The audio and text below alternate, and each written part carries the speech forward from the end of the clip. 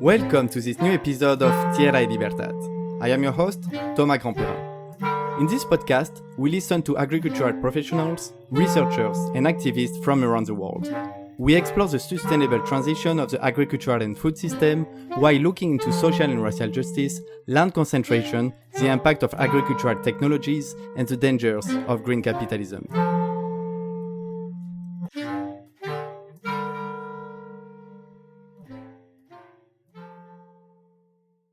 Today, we are welcoming Dr. Seth Holmes. Seth is an anthropologist and medical doctor.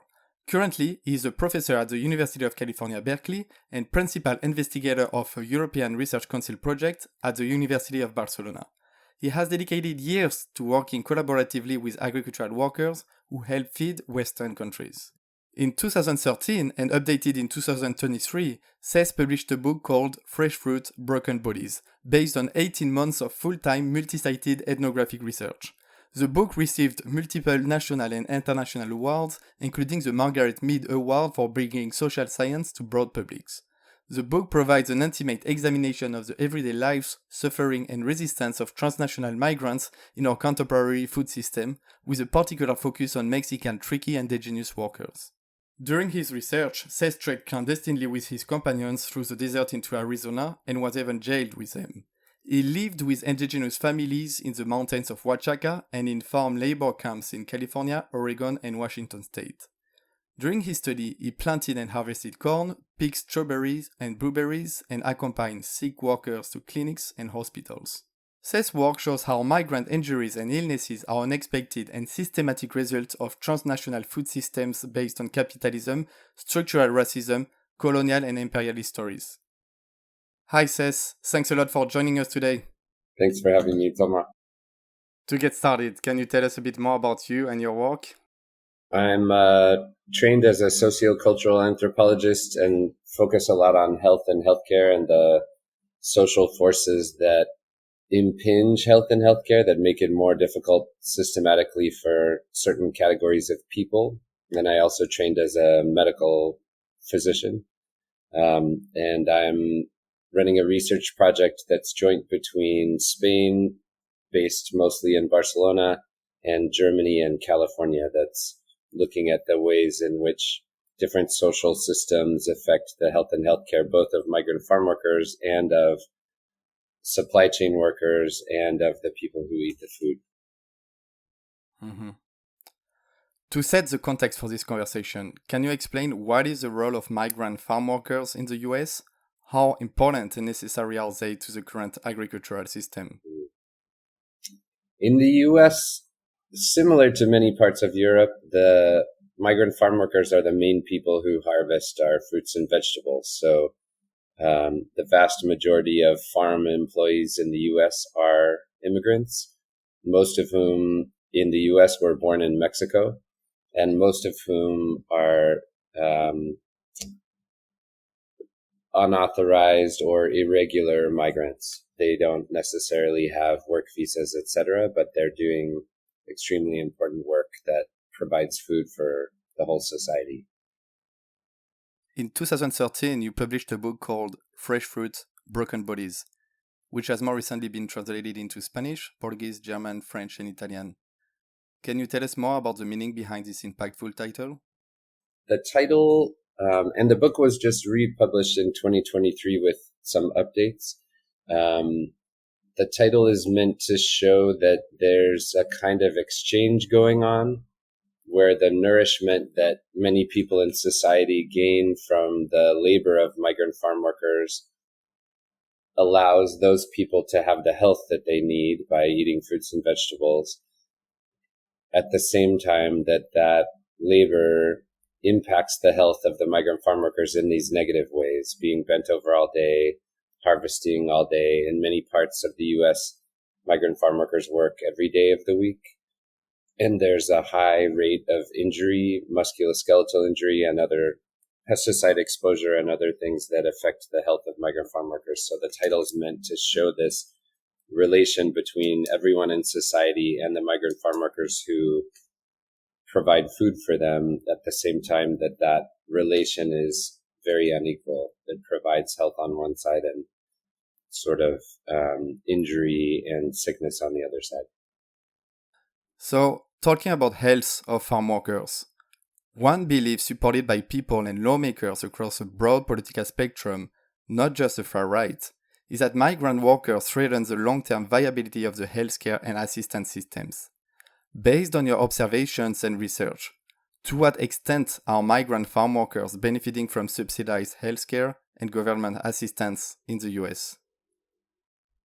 In the US, most migrant farm workers don't have access to healthcare.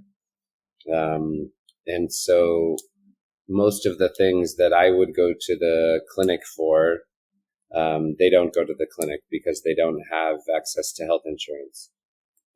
In some places, there are nonprofit clinics that have sliding scales that were set up to provide healthcare for poorer people. And some of those were set up to have translation services in Spanish or Haitian or other languages, specifically in order to provide healthcare for migrant farm workers. There have been sociologists and economists who have gone through kind of detail by detail everything provided by undocumented immigrants in the United States. And they've shown that undocumented immigrants, not just migrant farm workers, but all, provide more to the society than they receive. And some of that goes down to very economic details, like every time they buy anything, they pay sales tax. Every time they get paid from the check, their tax is taken out. But then at the end of the year, because many are unauthorized or irregular migrants, they don't receive any reimbursement for the taxes that were taken out of their paycheck. Most of them make money less than the amount where the taxes that were taken out would be returned to them, but they don't receive any of those returns.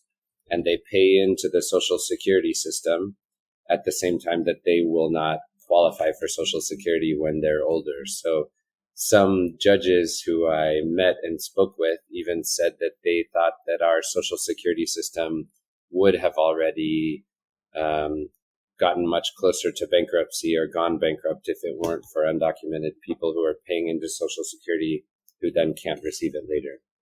So part of the reason I gave the title of Fresh Fruit, Broken Bodies was also to encourage people who are reading it to see that if these people are providing food and helping you be healthy and they get injured and sick in the process, then it's because you're in this relationship where they're providing you food and that labor is making them sick. In many ways, you reading it and we as a society are responsible and kind of owe them the best care that they can get in the best working conditions they can have, whatever kind of farm they work on. Despite what you are telling us about the importance of migrant farm workers in supporting our food system, anti-migrant rhetoric is unfortunately gaining popularity in the US and various parts of the world. However, it appears that even some conservative farm owners are in favor of easing the legal situation for migrant farm workers. Can you tell us more about the legal rights of undocumented seasonal farm workers, how you've seen this evolve since you began working on the topic, and how you see them evolving in the future? In the United States, all workers have labor rights, and those should protect them if they're injured directly on the job, if they're not paid the minimum wage, if their work contract is not met but on the side of the employer, regardless of their immigration status. As workers, they have workers' rights. And that's important to keep in mind and kind of keep separate to some degree. There have been groups like in Florida, there's a migrant farm worker organization called the Coalition of Immokalee Workers. And they have successfully taken several employers to court who had migrant farm workers living on the farm, not allowed to leave the farm, where the migrant farm workers had to live in housing and pay for housing, eat food and buy food, get clothing for their work all from their employer. And the lawsuits were technically of slavery, and those lawsuits won. So the coalition of Immokalee workers and others have successfully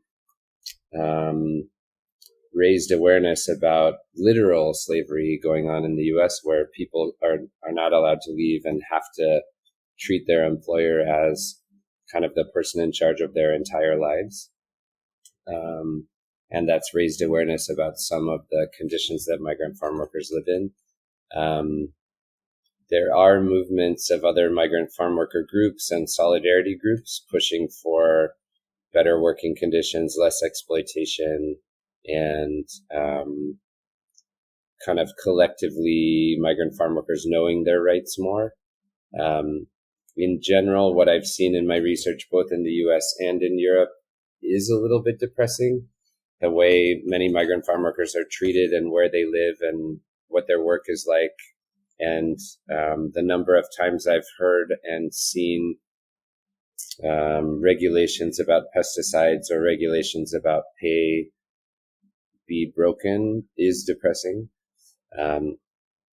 The hopefulness on my side is that there are these increasing migrant farm worker groups and solidarity groups with migrant farm workers who are pushing for better conditions and in some cases winning large lawsuits,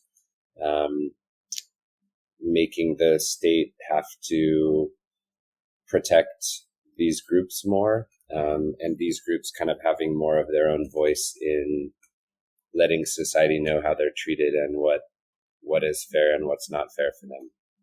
And how do you see their legal situation, particularly in terms of visas, improving? Right now, there haven't been important movements towards the possibility of regularization that I have been following. There have been farm workers along the West Coast and some other places have pushed for immigration changes, immigration law changes, so that it would be easier for their workers to arrive and work for them and not be at risk of being deported or being put in detention centers, which is obviously bad for the worker and also is bad for the farmer and the possibility of society having food. What I've seen more of is that the government has approved more of these temporary worker programs where they get workers directly from Mexico or something and bring them and then send them directly back. And that's a different topic that's also important. Some of those temporary worker programs have been highly debated in the US and Canada, for example, partially because of the way they're set up, in which the power hierarchy between the employee and the employer is so extreme, because they're coming to the US or Canada only with the right to work on that particular farm. So if that farm is mistreating them or breaking the law in some ways, they may be likely more nervous to point out that something is wrong, because if they lose that job, they also lose their permission to be in the country. Mm-hmm. Thank you for these insights. Some short-term fixes can be counterproductive. In your book, you discuss the distinction made between economic migrants and political refugees, with the latter being generally more accepted by society and able to obtain legal residency more easily. You argue that we shouldn't make such a distinction, as most economic migrants are in their position due to political decisions. Can you elaborate on this? Yeah. I've noticed in multiple times, both in the US and in Europe, that people who are categorized as economic migrants who supposedly made a choice, a free choice to migrate, are less, have fewer legal rights and kind of less societal compassion than people who are understood to be refugees who didn't have a choice. But when I've tried to kind of drill down and really understand, okay, who's considered a political refugee and who's considered an economic migrant, and when are economics not political and when are politics not affecting economics, and who really feels like and is experiencing making choices. It's really hard to unpack it, actually.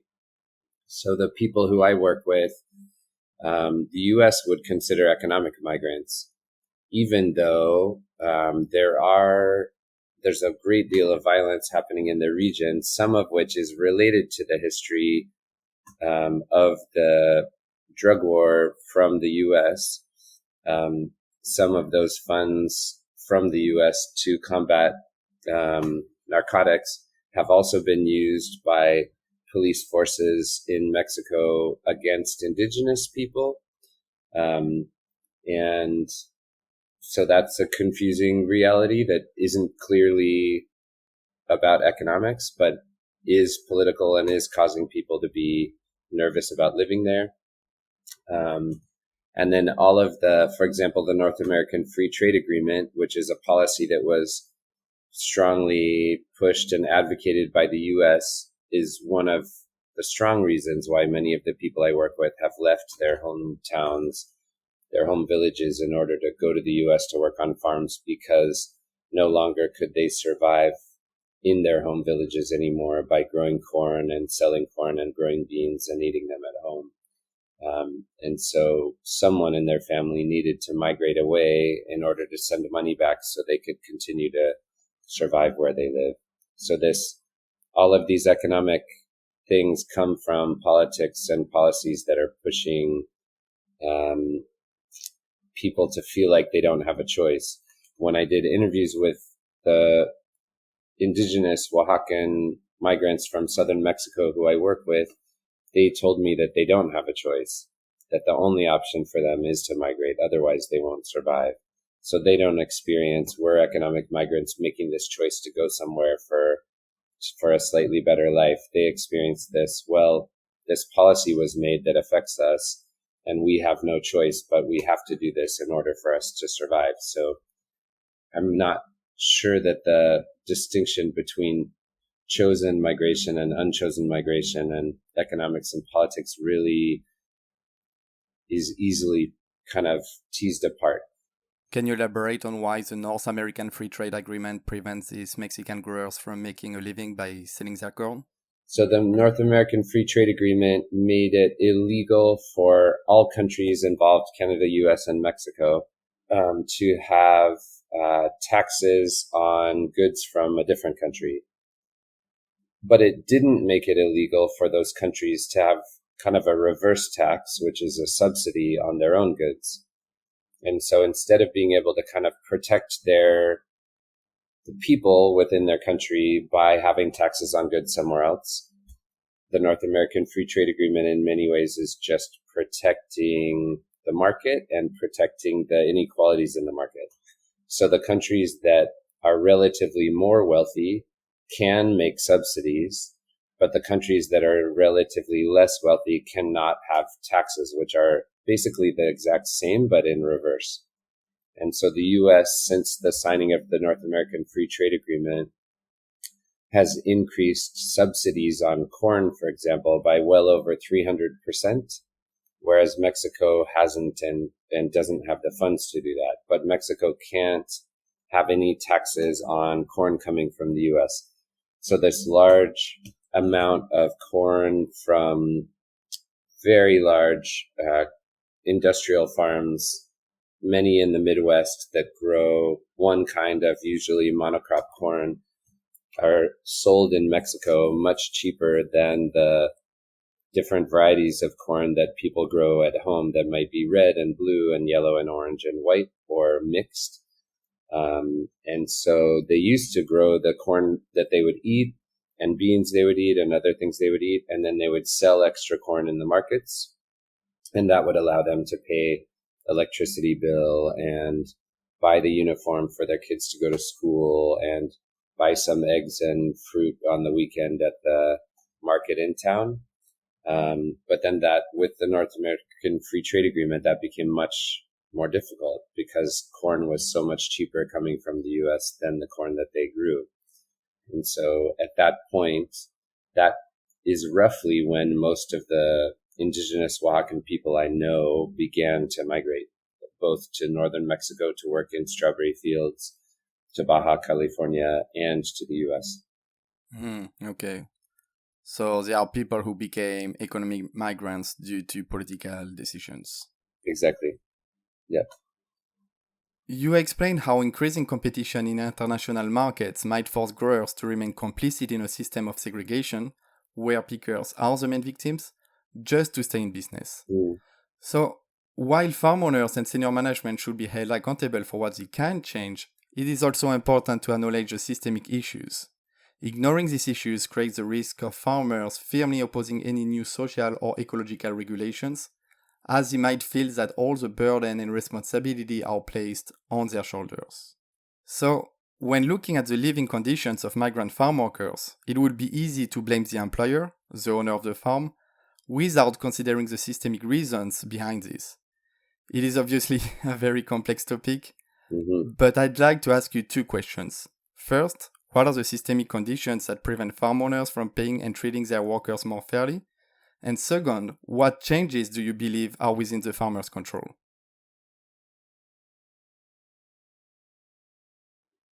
Those are both good questions. And I think you summarize it well. There, of course, farmers, owners of farms and greenhouses need to be responsible for and accountable for the ways that they treat their workers, at the same time that they don't make the overall political and economic context in which they function. And many farmers in different parts of the world are also dealing with globalized markets that make it more and more difficult for them for their farms to survive. They're dealing with more and more industrialized farming and large corporations that function as middlemen, or large grocery store chains that determine how much their fruits and vegetables will be sold for, or how much, if it's a large middleman company or a supply chain company, how much they can sell their fruits and vegetables to that company, and then that company has more power in relation to the grocery stores. So what I saw in my research, the farms that I did my research on were large family farms. So they're sort of a mix of industrial farming that's still run by a family, and they're kind of trying to maintain the family farm aspect in a way, while they're also trying to compete with large industrial farms. And what I saw, which you can even see in aerial maps of the US, over the decades, you can see that these small family farms, you can just see them by kind of the color of the landscape, what's being grown there, etc., become larger and larger and larger, because more and more of these little farms that are family farms that might have been partially worked on by the family, and they hire some neighbors and they hire some migrants, and some of those migrants are probably exploited and mistreated. But they go out of business because they can't compete with the bigger industrial farms. So then their farm gets sold to an industrial farm that therefore becomes bigger and bigger. So many of the farmers I came to know had this strong anxiety about, how long will we be able to do this? We want to do this. We're farmers. We care about the soil. We care about our family, but this whole system is becoming more and more industrial and corporate. And many of the companies that are involved are more and more transnational, and have a lot more say than the farmers do in how much money flow there is, whether that's because of a grocery store chain or a middleman company like Driscoll's or a supply chain company, etc. In the farm where you have been working, for instance, what changes do you believe are within the farmer's control? The farms that I've seen, part of the aspects that were the most hopeful in a way were the times when the farmers like kind of literally sat at a table and listened to farm workers and talked with each other, whether it was representatives who were chosen by the farm workers overall or just whoever was there, and kind of setting up a table of a system where the farm workers had a say in what was going on, where the farmer had to hear them say, this is how we're treated by this supervisor, and this is how this certain policy or practice going on the farm is affecting us. Some of those farms, that kind of table discussion became an ongoing union that hadn't existed before, that pushed the farmer to be more in kind of, for the power differential not to be so extreme. And the farmers, they have a fair amount of say both in specific policies and practices on their farm about who gets promoted to certain kinds of jobs and who doesn't, because oftentimes what I've seen is that the farm owner has several supervisors of different crops, for example, and then those supervisors have several managers under them, and the managers have several team leaders under them. And maybe the person who decides who gets which cabins in the labor camp is one of the team leaders, and the person who decides who's promoted from strawberries to the processing plant where they're paid per hour instead of paid per weight, maybe that person's a team leader. So the farmer doesn't always realize that some of these promotions are happening in a way that is systematically kind of structural racism or institutional racism, where certain people are always being promoted and other people aren't, not because of anything about how nice they are or how much they smile or how fast they work, but because the person promoting them has certain ideas about who's a better worker and who isn't, that come from social and cultural forces, including racialization and racism and assumptions about different cultures, etc. So any way that the agriculture can be more truly democratic, where all the people, including the most exploited, actually have a say, listening and talking with each other, or having a union and collectively negotiating, all of those things I think are super important. When only the farmer is trying to do the right thing, they might not always realize everything that's happening kind of through the system that they're part of. But they do have some say in how people are promoted, what the living conditions are, how strictly everyone is paid at least minimum wage, etc., and whether they, as a farmer, are open to and supportive of unions or not. In the U.S., we don't have, a lot of workers don't have unions. Most migrant farm workers are not part of a union. And many of the farmers I met are very anti-union. Many people in the U.S. are very anti-union, which relates to history and capitalism and neoliberalism and individualism, etc. So the farmers have a say in all those things. That's part of what I'm thinking about. Since you mentioned unions, it leads me to another question. I can imagine that it is extremely difficult for workers living in precarious situations, often not speaking English or even Spanish, as it is the case with the Triqui workers you spend time with, to fight for their rights. Mm-hmm. What are these migrants advocating for? Can you give examples of successful actions you have undertaken? In the second edition of Fresh Fruit, Broken Bodies that came out in 2023, I worked with a Triqui historian of indigenous social movements. And he and I did interviews with all the people from the book, kind of the characters in the book, about what they have been involved in for the last decade. And he did interviews with some of the social movement leaders, both with some unions, with some indigenous Oaxacan Mexican rights groups, with some binational indigenous organizations. And we wrote about 4 things in the update chapter, the epilogue.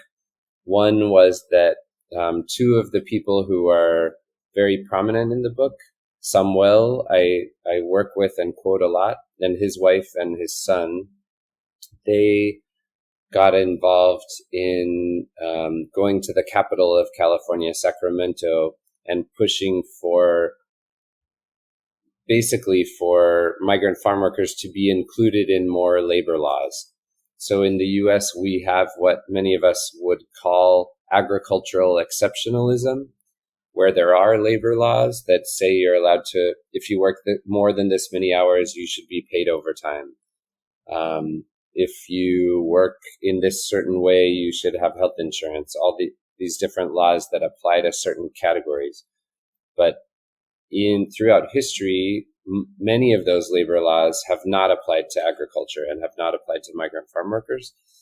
So he went to Sacramento to push for the overtime law to apply to migrant farm workers, so that if they work more than 40 hours a week, then they get paid, I think it's 1.5 what they would normally get paid for any additional hours.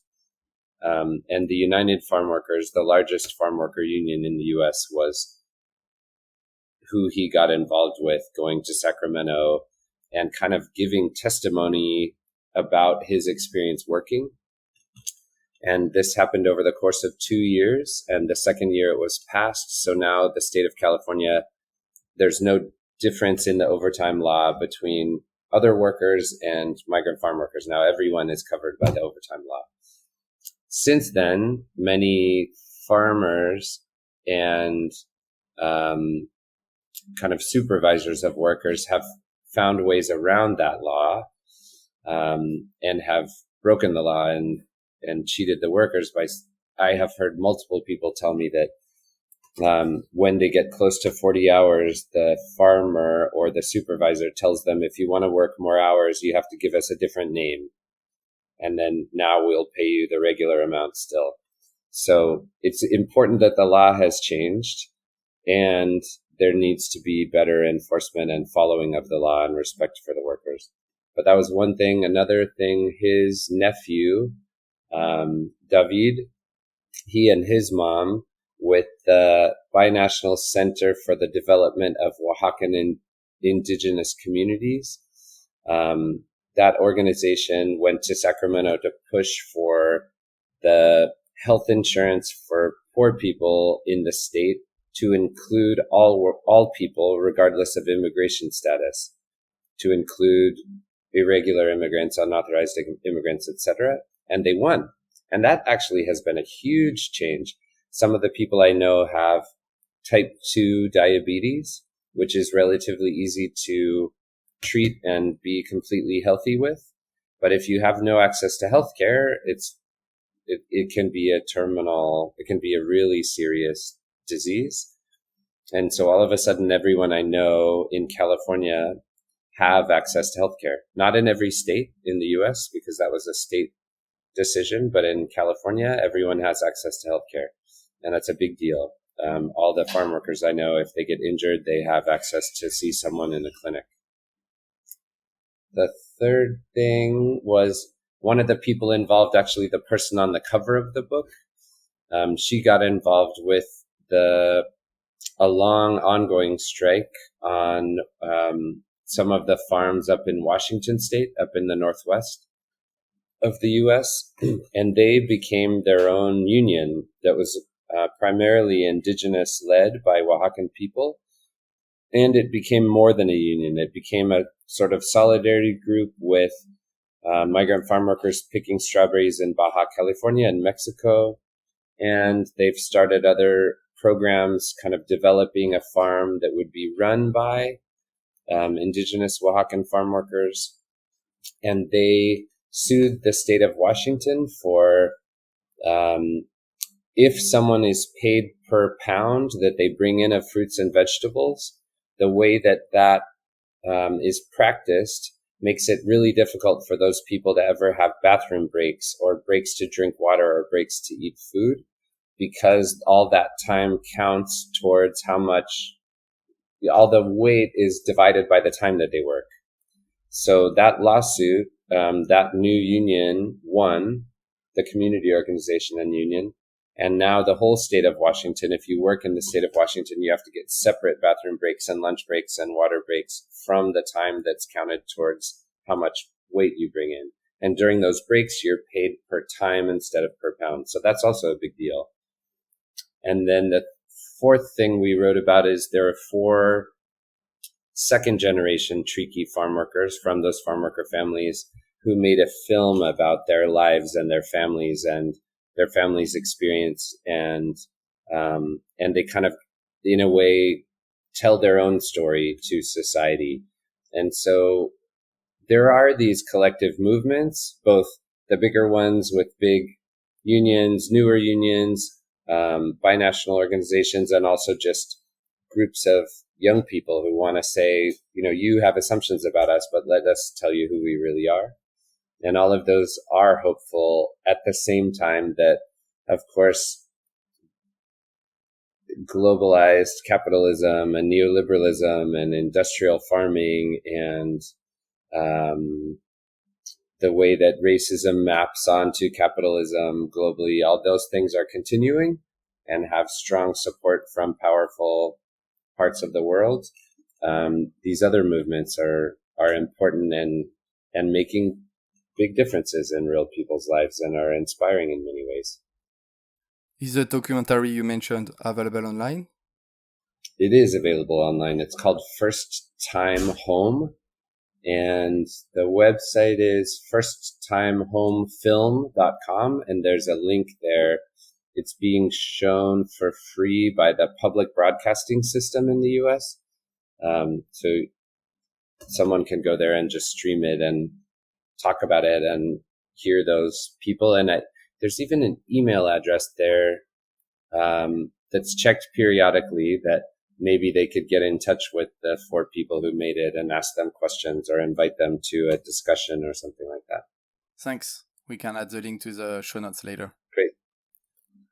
In your book, you mentioned that fruit pickers who demonstrate a high level of efficiency and technical skills are classified as unskilled. Mm-hmm. You worked as a fruit picker during this study, so you can tell us about your experience.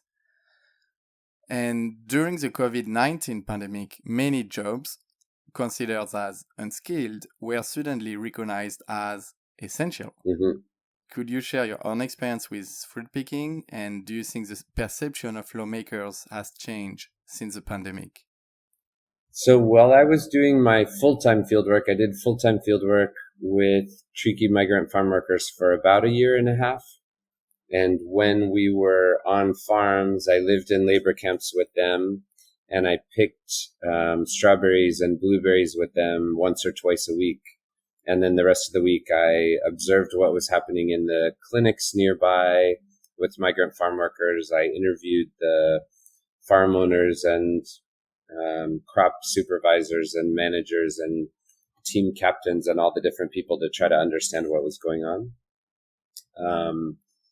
And went with them to their home village and did the whole migration circuit with them.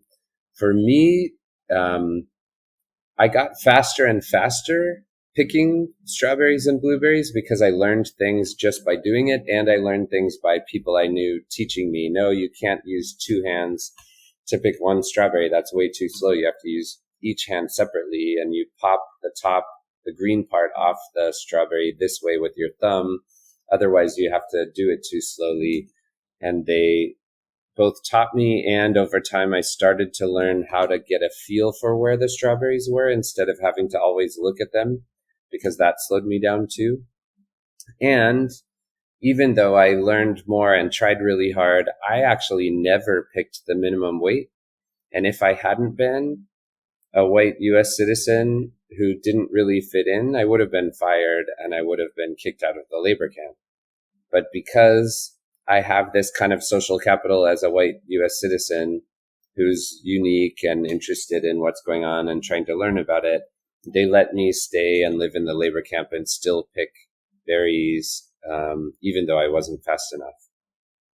My work as a medical doctor by most countries in the world is considered skilled work because I went to university or because of class assumptions about if you're from a certain class, you're skilled, and if you're not, then you're not skilled. And my work as an anthropologist, reading and writing things and interviewing and hanging out is considered skilled. But this work, that's the very work that feeds all of us, that's incredibly difficult to do, that I tried really hard and gained some skills in, but I only did it for 2 seasons, is not considered skilled. And so the work of the people who literally feed us is not valued enough to be protected by the legal category of skilled labor. Even though it's very much skilled. I mean, you look in the dictionary about what the word skill means, there's clearly skill involved.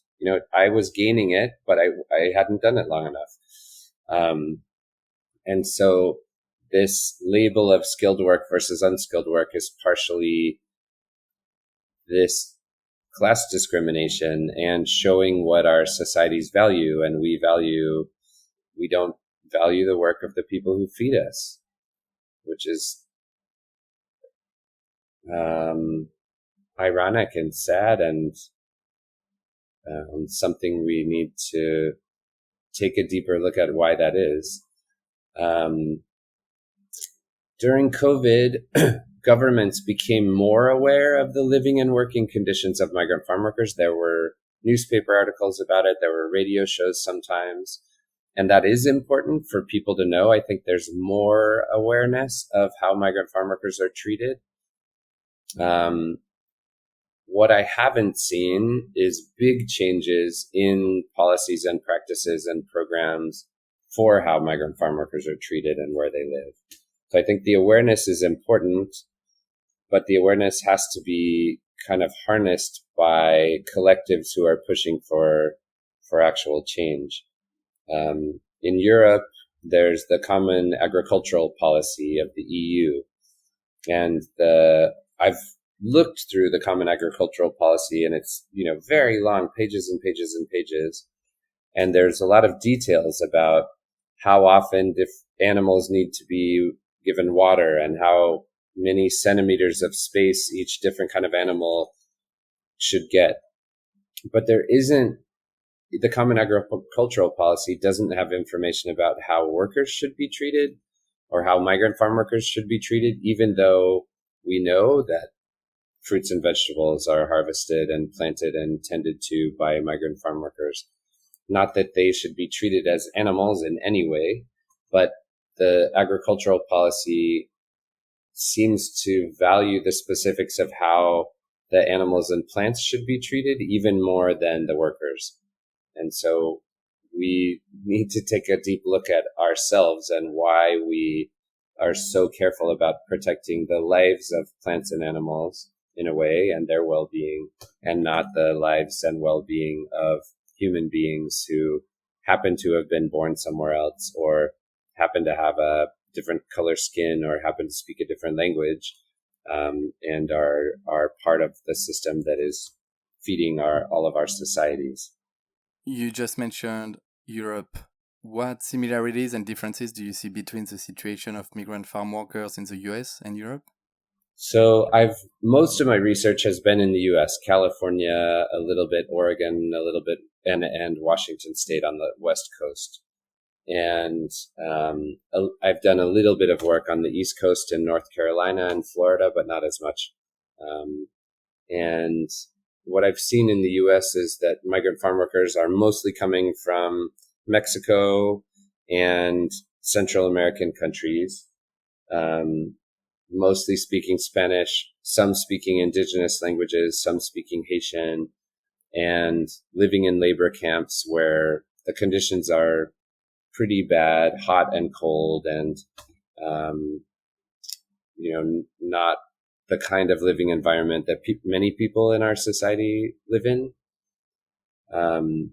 And I'm trying to remember what year that was. It was the end of the first year of COVID. I came and did preliminary field research in Europe, many parts of Spain, some in France, some in Germany, some in Romania. And the conditions of migrant farm workers that I saw was depressing to me, because I expected that Europe, which I think of as having a stronger social system, a stronger social safety net, being a bit less individualistic and a bit more aware of the collective, would treat workers better. And many of the conditions that I saw workers living in and working in were horrible. And I don't know if I could say they're better or worse than in the US, but they were depressing. I was depressed. Maybe some of the conditions were actually worse.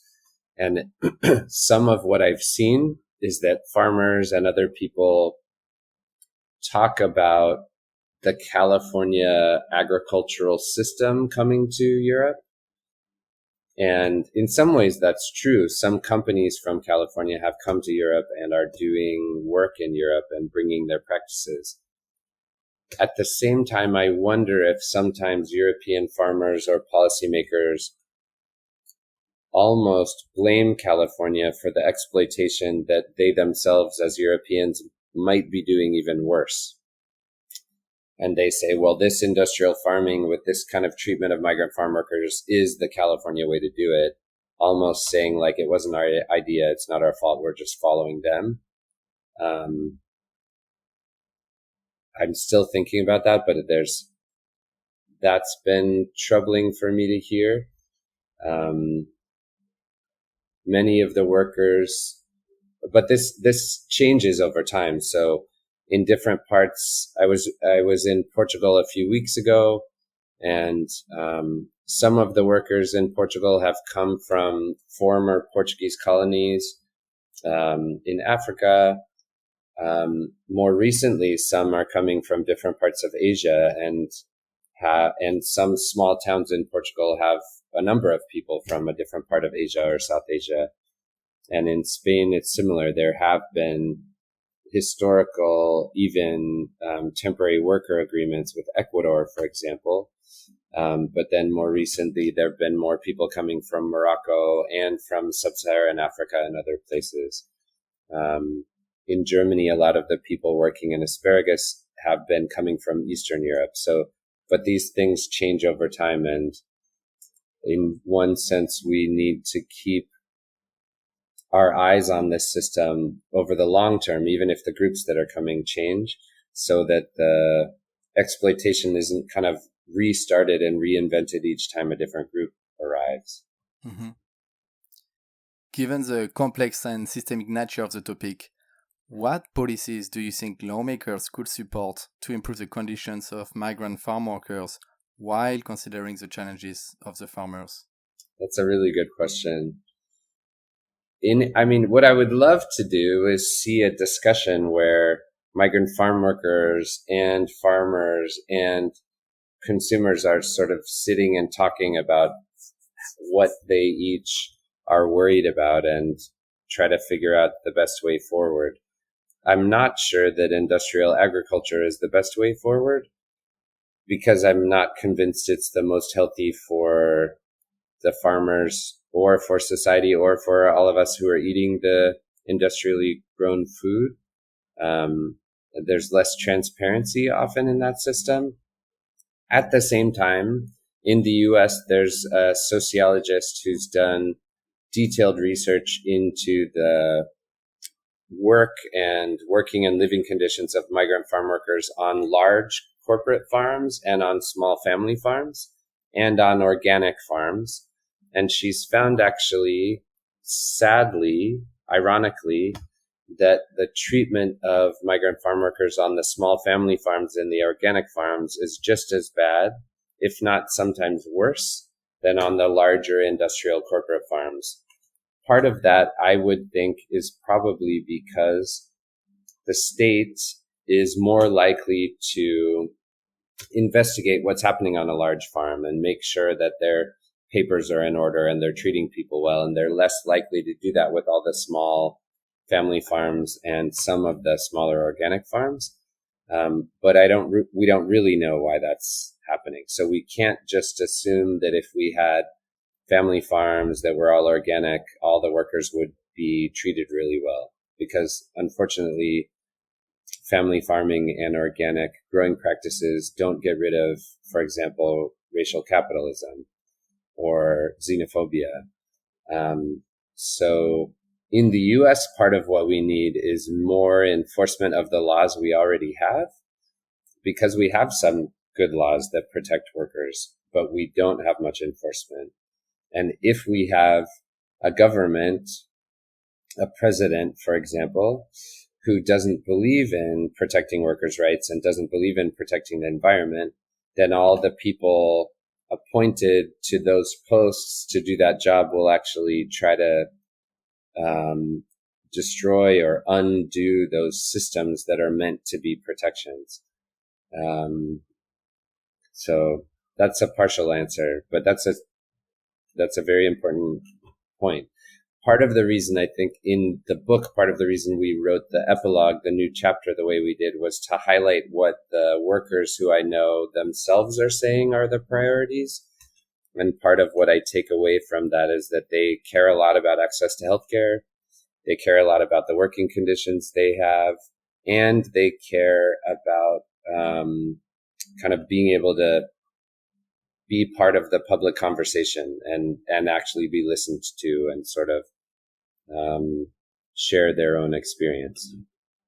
Do you have other examples of progress made in the living conditions of migrant farm workers since you started your study and wrote your book?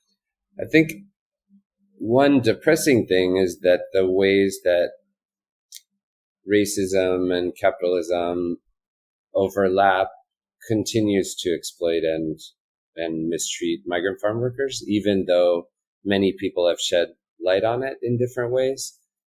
But I have been inspired by the work of many migrant farm worker collectives, including partially from the coalition of Immokalee workers that I mentioned in Florida, but many other groups. They've started a program called the Fair Food Program, and that program includes enforcement. So if your farm or your grocery store or your restaurant joins the Fair Food Program, you can say we provide fruits and vegetables that are from the Fair Food Program. But that also means that the Fair Food Program investigators can come to your farm or your restaurant and make sure that you're actually doing what you said you're doing. And some of the leadership of the Fair Food Program are migrant farm workers themselves, including some people with indigenous backgrounds. So they have a say in kind of what the regulations or requirements are for different grocery store chains or fast food restaurants even, or to join the Fair Food Program. And that on a larger level, in the US, that's been a hopeful move. And that Fair Food Program now, I don't know how many states it's in, but it's in several states. And the fact that there are migrant farm workers who are part of the leadership and making decisions, and the fact that that there's enforcement involved beyond what the state has a budget for, all that seems helpful and important. Thank you so much for your time. I found this conversation really insightful. I'd love to end this interview on a positive note, like the example you've already provided. How do the people you worked and lived with find joy in social struggle and activism?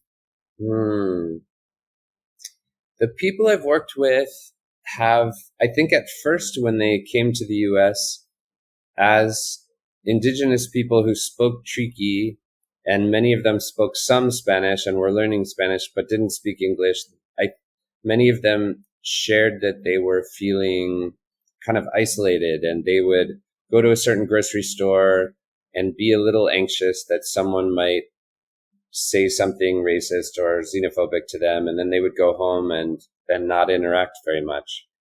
And I think because of some trusted community organizations like the United Farm Workers, like the Binational Center for the Development of Oaxacan Indigenous Communities, like Familias por la Justicia, which is the relatively new union and community organization in Washington state, they have gotten involved in pushing for things like overtime pay, in pushing for things like health insurance coverage.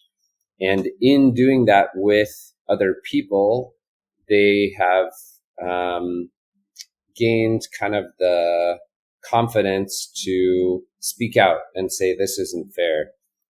Because they did it together, because they had community leaders who were with them, and they saw that it worked. They also saw that farmers and lawmakers and other people then find ways around it. So then they realize, oh, we have, this struggle has to continue. We can't just win overtime pay and then we'll get it. We also need to figure out, okay, now how do we get that actually enforced so that people aren't cheating us and pretending they're doing overtime when they're not.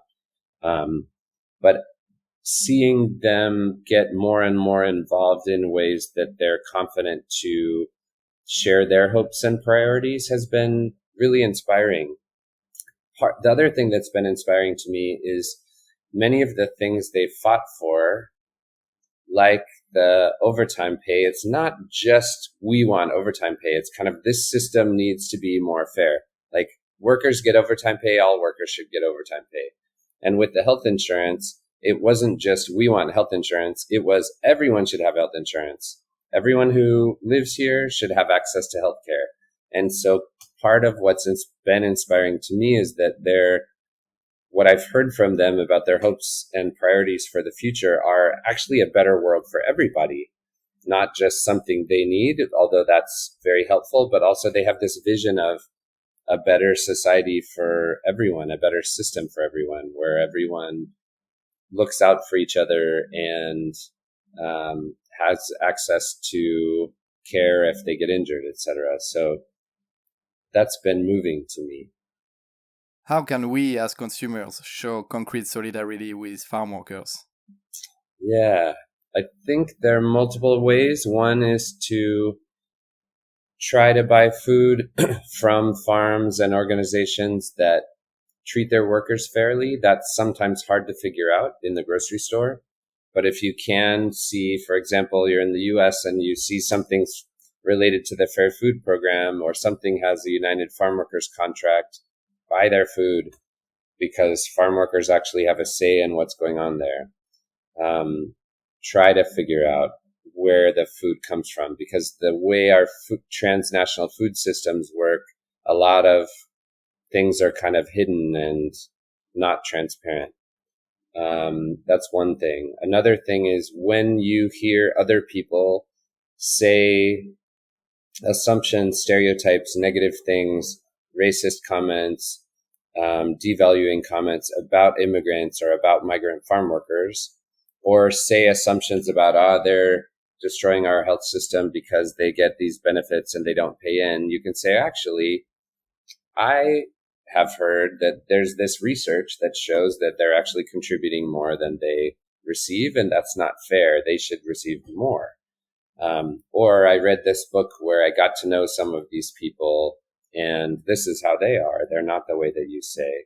Just countering in kind of public discussion these assumptions about immigrants and migrant farm workers so that people might be more open to changing the way that they interact with migrant farm workers, the way that they are a farmer themselves, the way that they vote for politicians, the way that they push for democracy. And then I think that would be the last one. Right now, France just had an election. The UK just had an election. In the US, we have an election in the fall. We don't know what's going to happen. But of course, electoral politics are not the only or even the most direct way that democracy happens. But who's in charge has a big impact on real people's lives, especially real people who don't have a lot of economic or social buffer. And so voting for people who are not actively racist, voting for people who want a system that is more fair for everyone, voting for people who want a health system that's strong and not taken apart by corporate interests, all those things are really important. And for the people whom I know as migrant farm workers, those things are really important for them because they don't have jobs that provide health insurance. They don't have extra money to pay for it themselves. And so we need to both try to eat food from places that are fair. We need to counter narratives that are unfair about migrant farm workers. And then in whatever ways we can be involved in democracy, whether both voting and in solidarity with migrant farm worker groups and campaigns, those are the three places I see that everyone can be involved. Are there any recommendations you'd like to make to our listeners who want to dive deeper into the topic? Sure. I think it partially depends on where people are. Part of what we have to do is find out what the migrant farm worker organizations in your region are asking for or pushing for. You know, there's near Huelva in Andalusia in Spain, there's the Jornaleras de Huelva in Lucha, and they have specific campaigns and requests. And they're very articulate, and, you know, listening to them and following what they're asking for is important. In the south of France, there's the CODETRAS, the Collectif de Défense des Travailleurs. And they have different things that they're involved with. In the US, we have Familias Unidas, Por la Justicia, United Farm Workers, Coalition of Immokalee Workers, Fair Food Program. So part of it, I think, is finding out what is happening in your region that you can be in solidarity with and support. At the very end of the book, there's kind of the last few pages. My co-author and I wrote about how we thought people could be involved without kind of overloading community organizations, trying to be in solidarity without making too many demands on them for us. So hopefully that's helpful too. All right. Thank you so much, Seth. And see you soon. Bye. All right. See you soon. Thank you. Bye. I hope you enjoyed this conversation. If you did, please take a moment to give Tierra y Libertad a 5-star rating on your favorite podcast platform. Your support helps more people discover the show and helps me bring in other impressive guests. I'd love to hear your feedback and comments on this episode. You can write to me at tierraylibertadpodcast@gmail.com. Transcripts of this conversation are available in English, French, and Spanish at tierraylibertadpodcast.org. If you haven't already subscribed, the Tierra y Libertad newsletter is the best way to stay updated on upcoming episodes. You can sign up on our website. You can also follow the show on social media at Tierra y Libertad Podcast.